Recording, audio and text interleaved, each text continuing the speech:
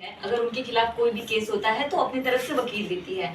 तो सर इसमें इलीगल कैसे हुआ? किसी के लिए केस लड़ना, कोई फंड लगा के लड़ना, बाकी तो वो कोर्ट देखेगा कि मामला कैसे है। तो ये इलीगल प्रोसीजर कैसे हुआ और ये टेरर फंडिंग में कैसे आ जाता है?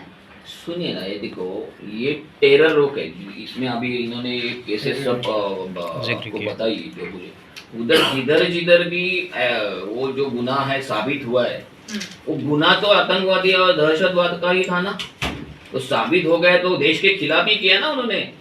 तो देश के देशद्रोही लोगों के लिए फंडिंग यूज करे वो गलत है या सही है? पूछकर इसमें विवाद हिंदू मुस्लिम करने की कोशिश कर रहे हैं एमएनएस के लोग, ताकि उसको पोलराइज किया जाए। वोट बैंक के जरिए से एमएनएस कर रही है। बिल्कुल भी नहीं। सुनिए, ये ऐसा है, वो क्यों कह रहे हैं? इसके पीछे आप भी कुछ रीजन होगा ना। ऐसा कुछ नहीं है, लेकिन आप इधर बैठे हैं, जितने भी लोग बैठे हैं, जो हम लोगों ने आपको समझाया, आपको ऐसा लगता है क्या कि आप समझने के बाद भी आप ऐसे प्रोडक्ट खरीदेंगे? क्यों खरीदें? अगर उससे मैं बोल रहा हूँ, ये खाली धार्मिक मुद्दा नहीं है, ये भारत की अर्थव्यवस्था को कब्जा करने का इनका षड्यंत्र है। अगर ये करने देंगे और उस रेवेन्यू से भारत के ऊपर ही आतंकवाद करने वाले लोगों के लिए ये रेवेन्यू यूज करते हैं, तो वो चुपचाप बैठ के देखने का। सर आपने प्रोडक्ट की बात की, जिस तरह से आप कह रहे हैं कि जो हलाल जो है कई प्रोडक्ट में इस्तेमाल होता है, तो ये मुद्दा अभी क्यों उठाया जा रहा है? क्या पहले भी काफ़ी पहले उठा सके ताकि इस तरह की चीज़ें? सुनिए, महाराष्ट्र नवनिर्माण व्यापारी सेना हमारी लॉन्च वो लॉकडाउन के पहले हो गई। जी सर। बाद में लॉकडाउन हो गया, तो लॉकडाउन में कुछ कर ही नहीं सकते थे और करना भी कुछ भी नहीं था। तो लॉकडाउन के बाद हम लोगों ने इसके ऊपर स्टडी किया है और अभी ले रहे हैं। कई लोगों के साथ जब हम मिलते हैं, हमारा जो मेंबरशिप ड्राइव था, उस ड्राइव में बहुत सारे हिंदू व्यापारी है और ये वाल्मीकि समाज के लोग हैं, खाटी के लोग हैं। उन्होंने हमें ये उनकी जो दिक्कतें है वो बताई, तभी हम उसमें डीपली स्टडी किया तो हमें ये पता चला, तो हम लोगों ने ये मुद्दा ले लिया। उसमें क्या है, पहले क्यों नहीं लिया, अभी क्यों नहीं, ये मायने नहीं रखता है ना। सर आपने जिस तरह से टेरर फंडिंग की बात केदार सर, आपने जिस तरह से टेरर फंडिंग की बात की, क्या आप मांग करेंगे इस पे एजेंसी भी आके जांच करे कि क्या? सुनो, आगे चल के मैं वही बोला, हमारे कुछ स्टेप्स हम लोगों ने तय किए है। एक बार ये होने के बाद कंपनीज को लेटर वगैरह, ये जो हमारी जो सब स्टेप्स है, उसके बाद हम प्राइम मिनिस्टर ऑफिस को भी लेटर देने वाले हैं कि भाई ये पैसा ये लोग इकट्ठा कर रहे हैं, तो कर रहे तो उसका ऑडिट तो होना चाहिए। तो कहाँ से आता है, कहाँ जाता है, उसकी जांच होने से, इंक्वायरी लगाओ, ये सब हम लोग करने वाले हैं। और रहा आपका मुद्दा बेरोजगारी से, हर मार्केट में जिधर जिधर ये कटिंग होता है, अगर हलाल का मीट ही कट होता है तो उधर मुस्लिम ही लगता है, तो मुस्लिम कसाई उधर काट सकते हैं। तो झटका मीट काटने वाले जो वाल्मीकि समाज के लोग हैं, खाटिक समाज के लोग हैं, वो तो बेरोजगार हो गए ऑलरेडी। तो उनको रोजगार मिलना चाहिए, इसके लिए झटका काउंटर चालू होने चाहिए, तो उनको रोजगार मिलेगा। और इसीलिए हम लोग महाराष्ट्र नवनिर्माण व्यापारी सेना उसमें इनिशिएटिव ले रही है। आगे चल के हम लोग झटका काउंटर की चेन खड़ी करने वाले हैं, जहाँ से लोगों को हम बोलेंगे कि हलाल मत लो, झटका लो, लेकिन झटका भी अवेलेबल मार्केट में होना चाहिए। वो अवेलेबिलिटी भी लोगों को देने की हमारी तैयारी चालू है। तो 25,000 रुपये लेते हैं, 500 रुपये पर प्रोडक्ट प्लस जीएसटी। हलाल लोगो प्रिंटिंग के लिए 20,000 पर ईयर। ये सब चार्जेस जो है, रिन्यूअल चार्जेस 50,000 रुपये, और 1,000 रुपये कम किया है, थोड़ा 1,500 का 1,000 रुपये करते हैं रिन्यूअल में। और रिन्यूअल फीस में 1 ईयर के लिए 20,000 की है, 60,000 का, और 500 रुपये, 1,000 का 500 रुपये। ये सब जो रेवेन्यू जमा होता है, इकट्ठा होता है, वो कहाँ जाता है?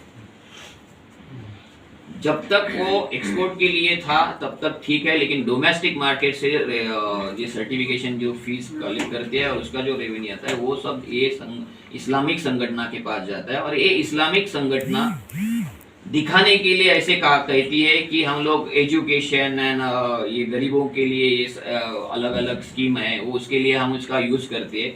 लेकिन साथ ही साथ ये लोग जो आतंकवादी लोग हैं, दहशतवादी लोग हैं, उनकी जो लीगल केसेस है, उस सब प्रूफ आपको मैंने दिए हैं। बहुत सारे के न्यूज़पेपर में आर्टिकल इसके आए हैं, वो आर्टिकल को सामने रख के हम लोग ये स्टेटमेंट कर रहे हैं। ये हमारा खुद का स्टेटमेंट नहीं है। तो हमें कोई ऐसे हमारी एमएनएस की ये मांग नहीं है कि इसको बैन करो या बाइकआउट करो, लेकिन हर शॉप में जिधर जिधर ये हलाल का मीट और हलाल के अदर वेजिटेरियन प्रोडक्ट मिलते हैं उधर अलग अलग काउंटर होने चाहिए। वो काउंटर हलाल का अलग होना चाहिए, झटका का अलग होना है। और किसको क्या लेना है वो जिसको जे लेना है वो उसका स्वातंत्र है, वो लोकशाही ने दिया हुआ हमें वो फंडामेंटल राइट है। तो जिसको, लेकिन आप पब्लिक को बाइफरकेट करके वो दिखाना चाहिए, यही हमारी मांग है। आगे चल के हम बहुत सारे कंपनीज है जो ये प्रोडक्ट बनाते हैं और बेचते हैं, उनको हम लोग एक पत्रक देने वाले इस ये जो हलाल है और ये झटका है वो एक्चुअली क्या है उसके बारे में उस पत्रक में हम लिखेंगे और उसमें वो पत्रक उनको दिया जाएगा। पब्लिक में भी अवेयरनेस के लिए पत्रक निकालेंगे, व्यापारी लोगों को का भी हम लोग मीटिंग लेके उनको ये समझाएंगे और उस पत्रक में हम लोग एक अल्टीमेटम देंगे। उस अल्टीमेटम तक उन्होंने इसमें सुधारणा नहीं लाई तो मनसे का आंदोलन आगे कैसे होता है आप सबको पता है।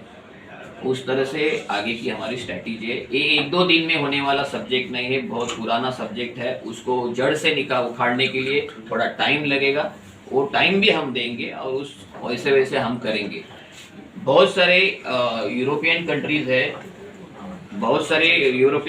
है, जिस कंट्रीज में 5-6 कंट्रीज है ऑलरेडी इनको बैन किया है, वो कंट्रीज ने उन्होंने उनके जो उधर की जो विधिमंडल है उन्होंने एक कायदा भी पास किया है और उसको बैन किया है। हम लोग बैन की बात नहीं करें कि हमारे देश में मुस्लिम लोग भी रहते हैं, 15% मुस्लिम लोग रहते हैं, उनको हलाल चाहिए तो हलाल खरीद सकते हैं, लेकिन वो हलाल को अन्य धर्म के ऊपर दबाव डाल के थोप नहीं सकते, उनको इन्फोर्स नहीं कर सकते। यही हमारा स्टैंड है और उसके लिए आगे चल के जो करना है वो एमएनएस करेगी। सर अगर आप मुस्लिम नेता लगातार ये कह रहे हैं कि हराम मीट को आप लोगों को वो लोग उसको हाइजेनिक का टच देते हैं कि ये हलाल के प्रोडक्ट हाइजेनिक होते हैं। ऐसा कुछ नहीं, हाइजेनिक प्रोडक्ट है कि नहीं उसके लिए गवर्नमेंट की संस्थाएं है, जैसे कि अपनी एफडीए है, फसाई की लाइसेंस है, वो ऑलरेडी गवर्नमेंट की प्रोविजन है, वो उधर से वो कंपनी उसका प्रमाण पत्र सर्टिफिकेशन लेते हैं। फिर भी ये उसको ये टच देके पब्लिक को गुमराह कर रहे हैं और लोग भी मीन्स ये जो बेचने वाले जो लोग हैं वो इसमें ज़्यादा कंट्रोवर्सी में जा नहीं रहे क्योंकि उनको बिजनेस करना है। लेकिन ये ऐसा नहीं होगा कि ये धर्म के साथ जुड़ा हुआ इशू है। साथ साथ इसके साथ इसमें जो फंडिंग आता है, क्यों प्रमाण पत्र तो मुफ्त में नहीं दिया जा रहा है, उसको वो चार्ज कर रहे हैं। वो चार्ज भी कैसे कर रहे हैं कि न्यू रजिस्ट्रेशन 3 इयर्स के लिए 60,000 रुपये लेते हो और उसके ऊपर पर प्रोडक्ट 1500 रुपये और जीएसटी।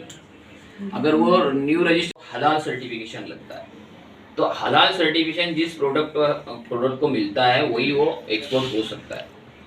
तो इसीलिए वो अरब कंट्री के जो लोग हैं वो अपने प्राइम मिनिस्टर हो या एक्स्ट्रा अपने फूड मिनिस्टर हो उनको कांटेक्ट करके उन्होंने शुरू में कहा कि ये हाँ ऐसा है, हमारा एक धार्मिक मुद्दा है तो हम हलाल के बिना कुछ खाते नहीं, तो इसीलिए हमें ये हमारा सर्टिफिकेशन देने के लिए हमें परमिशन दीजिए। तो परमिशन एक्सपोर्ट करने के लिए दी गई है। तो उसके बाद उन्होंने आहिस्ता आहिस्ता डोमेस्टिक मार्केट में ये सर्टिफिकेट देने के लिए उसके ऊपर कलमा पढ़ते हैं, उनके जो मंत्र है वो पढ़ते हैं और वो काटते हैं, तो वो पवित्र हो जाता है, मीन्स हलाल हो जाता है। हलाल के विरुद्धार्थी शब्द है हराम, तो वो झटका पद्धत है वो उनको हराम लगती है। ठीक है, वो रिलीजियस है, सालों से चालू है, ठीक है, लेकिन हिंदुस्तान में 15% मुसलमान हैं, बाकी के सारे अन्य धर्मीय हैं, जिसमें हिंदू है, सिख है और क्रिश्चियन लोग भी है जो झटका मीट ही खाते हैं। तो अभी ये जो इस्लामिक संस्था है जो अरब कंट्री के लिए अपने देश से जो भी चीज़ है, मीट ही ऐसे नहीं, बाकी शाकाहारी प्रोडक्ट भी है जो एक्सपोर्ट होते